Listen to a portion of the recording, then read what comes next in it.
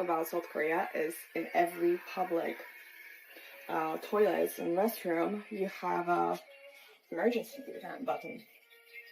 And you can clearly see that if you press the emergency bell, the police will be dispatched. So for me as a woman, it feels really safe because if anything happens, you can always call someone.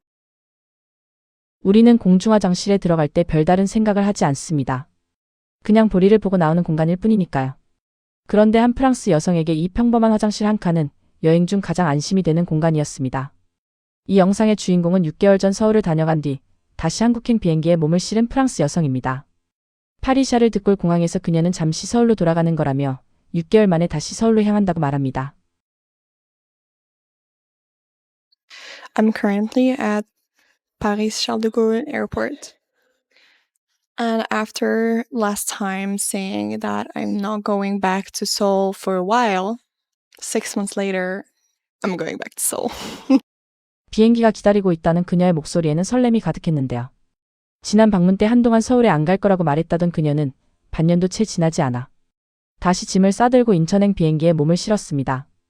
온라인 체크인을 놓쳐 중간 좌석에 배정된 채로 14시간 가까이 비행해야 했지만 시트 마스크를 붙이며 들뜬 모습을 감추지 못했는데요. 그 마음이 어쩐지 이해가 갈 것도 같습니다. 프랑스에서 한국까지 직항으로도 14시간에 가까운 거리입니다. 180cm에 달하는 큰 키로 좁은 중간 좌석을 버텨야 했지만 그녀는 책과 태블릿 게임기까지 챙겨오며 긴 비행을 준비했습니다. 저비용 항공사라 기내식이 부실할 거라는 우려에 아예 먹을 것까지 가방 한가득 채워왔다고 하니 이번 여행에 대한 기대와 각오가 동시에 느껴지는 대목입니다. 유럽에서 아시아로 향하는 장거리 노선은 대부분 10시간을 훌쩍 넘기기 마련이라 이 정도 준비성은 어쩌면 장거리 여행자의 생존 전략이라고도 할 수 있겠습니다. 긴 비행 끝에 마침내 도착한 서울, 그녀의 첫 일정은 다름 아닌 쇼핑이었습니다. 숙소에 짐만 대충 풀어놓은 채 향한 곳은 명동의 올리브영이었는데요. 매장에 들어선 그녀는 헬스케어부터 스킨케어, 화장품까지 이렇게 다양한 제품이 한자리에 모여 있다는 사실에 놀랐다며 가격도 정말 합리적이라고 감탄했습니다. 대부분의 제품이 할인 중인 것 같다는 말도 덧붙였는데요. 프랑스에서는 이 정도 구성과 할인율을 갖춘 드러그 스토어를 찾기가 쉽지 않습니다. Actually everything, because I can see like there's so many different like stuff, right? Like healthcare, skincare, clothes, makeup, everything you're looking for, and it's not crowded at all compared to like Olive Young's or Daiso or other stuff, other like store like this. And the prices are actually really fair. 파리의 세포라나 모노프리에서 비슷한 제품을 사려면 몇 배는 더 지불해야 하는 경우가 많은데요. 독일의 데엠이나 로스만 같은 드러그 스토어 체인이 비교적 저렴한 편으로 알려져 있지만 그마저도 스킨케어와 색조 화장품까지 한 매장에서 이 정도 밀도로 갖추고 있는 경우는 드뭅니다. 한국에서는 동네 화장품 편집숍에만 들어가도 이 정도 구성과 가격이 기본으로 갖춰져 있다는 사실을 정작 한국인들은 잘 실감하지 못하고 사는 것 같습니다. 그런데 이 여성이 진짜 압도된 순간은 쇼핑을 마친 뒤 명동거리 한복판에서 찾아왔습니다. 인파 속을 걸으며 그녀는 사람이 너무 많다며 일본 시부야가 떠오른다고 말했는데요. 살짝 압도된 표정이었지만 동시에 이 분위기를 즐기고 있다는 게 느껴졌습니다.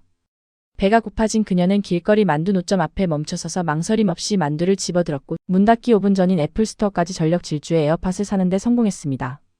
마치 하나의 미션을 완수한 듯한 표정이었습니다. 이렇게 늦은 시간까지 거리에 사람이 북적이고 매장들이 활기를 띠는 풍경 자체가 유럽 여행자에게는 낯설게 느껴질 수 있습니다.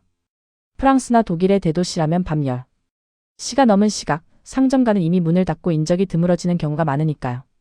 반면 서울에 번화가는 자정이 가까워져도 여전히 사람들로 북적이고 상점 조명이 환하게 거리를 밝히고 있습니다. 정신없던 첫날이 지나고 다음날 아침 그녀가 향한 곳은 한강이었습니다. 시차 적응 때문에 새벽 서너 시에야 겨우 잠들었다는 그녀였지만 한강을 달리기 전 마신 편의점 커피 한 잔에 완전히 기분이 풀어진 모습이었습니다. 정말 놀랍다며 이게 지금까지 마셔본 편의점 커피 중 최고라고 말했는데요. 프랑스의 카페 문화는 세계적으로 유명하지만 편의점에서 이 가격에 이 정도 퀄리티의 커피를 파는 나라는 흔치 않습니다. 미국의 편의점 커피는 저렴하지만 맛으로 인정받는 경우가 드물고 유럽에서는 애초에 24시간 운영되는 편의점 자체를 찾기가 어렵습니다. 한국에서는 새벽에 문을 연 편의점에 들어가 냉장고에서 캔커피 하나를 꺼내는 것이 지극히 평범한 일상이지만 이 여성에게는 그마저도 감탄할 만한 발견이었던 셈이죠. 우리에게는 그냥 지나치는 자판기와 냉장고, 진열대가 누군가에게는 하루를 시작하게 만드는 작은 행복인 셈입니다. 이후 서울에서의 나흘째, 그녀의 테이블 위에는 한 상 가득 차려진 집밥이 놓였습니다. 콩나물 무침, 오이 무침, 계란찜, 그리고 얼큰한 김치찌개까지. 프랑스 가정식처럼 격식을 차리지 않아도 반찬 대여섯 가지가 기본으로 딸려 나오는 한 끼가 한국에서는 지극히 평범한 일상이라는 사실이 외국인의 눈에는 그 자체로 진수성찬처럼 비치는 모양입니다. 프랑스의 코스 요리는 순서대로 한 접시씩 나오는 것이 기본이라 이렇게 여러 반찬이 한 상에 동시에 차려지는 방식 자체가 낯설고 신기하게 느껴졌을 수도 있습니다. 그런데 진짜 놀라운 건 이 다음이었습니다.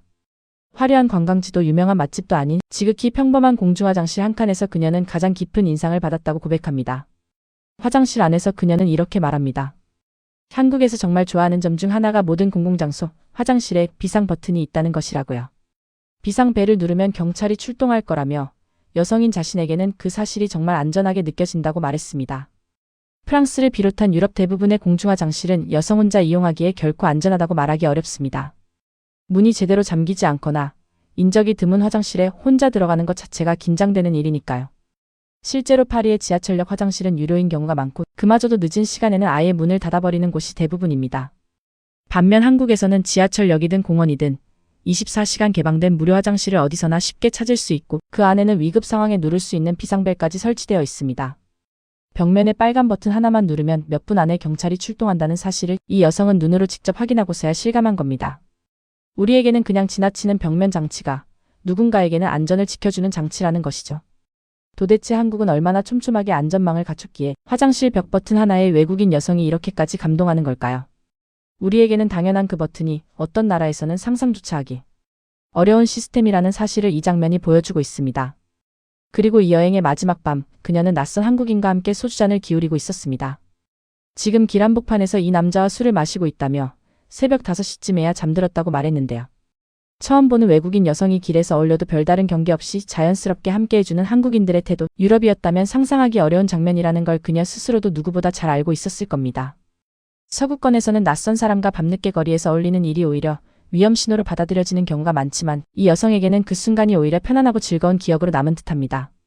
다음날 오전, 그녀는 5시간도 채 못 잔 몸으로 다음 목적지행 비행기에 올랐습니다. 카메라 앞에서 그녀는 이렇게 되뇌었습니다. 나는 할 수 있다고, 오늘 하루를 견딜 수 있다고요. 화장실 벽 버튼 하나에도 안심하고 편의점 커피 한 잔에도 행복해하던 그녀의 며칠을 떠올리면 왜 그렇게까지 다시 서울을 찾았는지 알 것도 같습니다.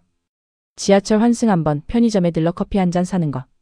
우리에게는 그냥 지나치는 하루하루가 누군가에게는 반년 만에 다시 비행기표를 끊게 만드는 이유가 되고 있었습니다.